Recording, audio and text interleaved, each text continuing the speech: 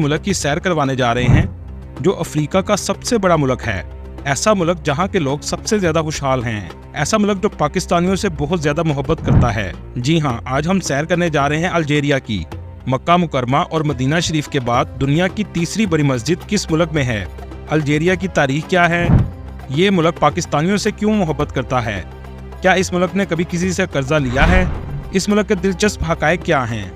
इन तमाम सवालों के जवाब जानेंगे info@SN की इस वीडियो में। नए आने वाले दोस्तों से गुजारिश है हमारे चैनल को सब्सक्राइब और लाइक ज़रूर कीजिएगा ताकि हर इन्फॉर्मेटिव वीडियो आपको मिलती रहे। चलें अब निकलते हैं अल्जीरिया के एक शानदार सफ़र पर। सबसे पहले आपको बता दूं, अल्जीरिया का ऑफिशियल नाम the people's democratic republic of Algeria है। इस मुल्क का कुल रकबा 23,81,741 मुरब्बा किलोमीटर है, जो दुनिया के 10वें नंबर पर आता है। लेकिन इसका 90% हिस्सा सहारा डेजर्ट से ढका हुआ है। अगर इसकी आबादी की बात करें तो इसकी कुल आबादी 4,50,00,000 के करीब है, जो आबादी के लिहाज से दुनिया के 34वें नंबर पर आता है। अल्जीरिया के लोग ज़्यादातर अरबी बोलते हैं। इसके अलावा बर्बर और फ्रेंच जुबान भी बोली जाती है।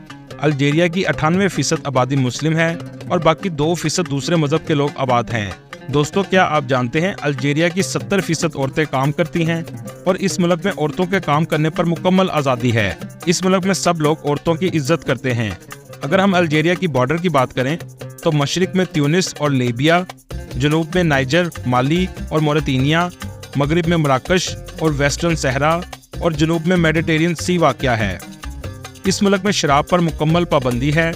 आपको किसी भी जगह शराब नज़र नहीं आएगी। अल्जीरिया में सबसे ज़्यादा मिंट टी पी जाती है। हर खाने के बाद यहाँ के लोग मिंट टी को पीना पसंद करते हैं। यहाँ के खाने भी बहुत मज़ेदार हैं, जिनमें बिरयानी, मटन और बारबेक्यू इस मुल्क की फेवरेट डिशेस हैं। दोस्तों, क्या आप जानते हैं अल्जीरिया दुनिया के डेट फ्री मुल्कों में आता है। मतलब इस मुल्क ने आज तक वर्ल्ड बैंक या IMF किसी से भी कर्जा नहीं लिया। इनकी नज़र में कर्जा लेना बहुत बुरा समझा जाता है। यहाँ तक कि अपने मुल्क के अंदर भी लोग कर्जा ना होने के बराबर लेते हैं। इनका मानना है कि कर्जा कभी भी मुश्किल से नहीं निकाल सकता, बल्कि मजीद मुश्किलात में डालता है। काश ये बात हमारे हुक्मरानों को भी समझ आ जाए। ये मुल्क इतना अमीर तो नहीं है, लेकिन यहाँ के लोग इज्जत की जिंदगी गुजारते हैं। यहाँ के लोग एक दूसरे का साथ भी देते हैं और मुश्किल में काम भी आते हैं। दोस्तों, अल्जीरिया 90% सहारा डेजर्ट से घिरा हुआ है। आपकी नज़र जहाँ तक जाएगी आपको रेगिस्तान नजर आएगा। अब ये बात तो तय है, जहाँ रेत है वहाँ गर्मी भी खूब पड़ती है। इसलिए इस मुल्क में काम करने वालों के लिए 2 शिफ्ट लगाई जाती हैं। जो लोग आउटडोर काम करते हैं वो सुबह 4 बजे से 10 बजे तक पहली शिफ्ट और दूसरी शिफ्ट में शाम 6 बजे से 10 बजे तक काम करते हैं। यहाँ पर गर्मी की वजह से काम का ये तरीका रखा गया है। अगर किसी वर्कर को कुछ हो जाए तो मुल्क के कानून भी बहुत सख्त हैं। मईशत की बात करें तो इस मुल्क की बड़ी आमदनी का जरिया गैस और तेल है। इससे आने वाली आमदनी मुल्क पर खर्च की जाती है। दोस्तों, इस मुल्क की करेंसी दिनार है। एक दिनार पाकिस्तानी 2 रुपए के बराबर और इंडियन 60 पैसे के बराबर है। अल्जीरिया की GDP $6.25 बिलियन है और इसकी पर कैपिटा इनकम $3,765 है, जो पाकिस्तान और इंडिया से 70% ज्यादा है।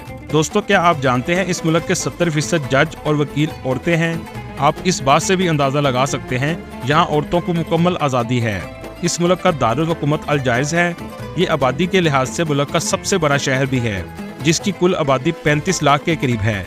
ये शहर बहुत ही खूबसूरत है। दूसरे अफ्रीकी मुल्कों के निस्बत यहाँ के हालात बहुत बेहतर हैं। 2011 में सूडान तकसीम होने के बाद ये मुल्क अफ्रीका का सबसे बड़ा मुल्क बन गया। दोस्तों, टूरिज्म के लिहाज से ये मुल्क बहुत सस्ता है। कुदरती खूबसूरती और तारीखी मकामात भी बहुत ज्यादा हैं। दोस्तों, अल्जीरिया में खजूर की पैदावार भी बहुत ज्यादा होती है। आप इसकी अहमियत का अंदाजा इस बात से भी लगा सकते हैं कि जब कोई मेहमान घर आता है तो सबसे पहले उसे खजूर और दूध पेश किया जाता है। दोस्तों, इस्लाम में सबसे बड़ी मस्जिद मक्का मुकरमा और मदीना शरीफ में है।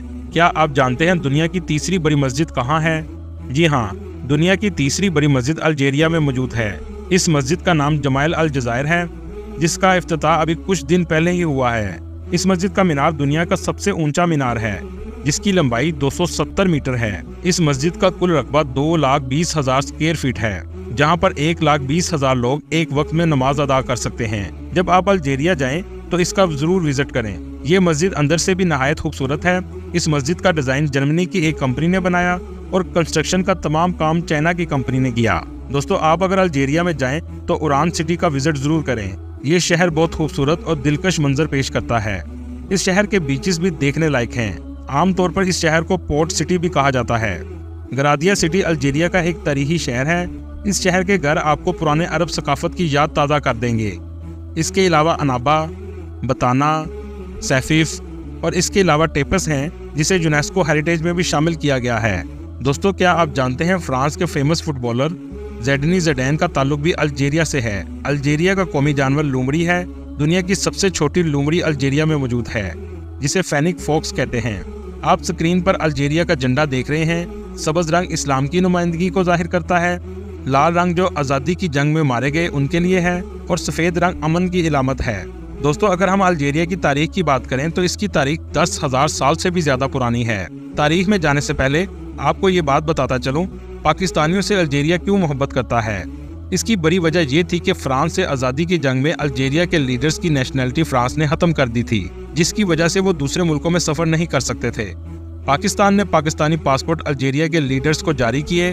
اس وقت الجیریا کے لیڈر محمد بن بلہ بومیدین اور اس کے علاوہ عبدالاسلام الغزالی تھے، جن کو پاسپورٹ پاکستان نے جاری کیے۔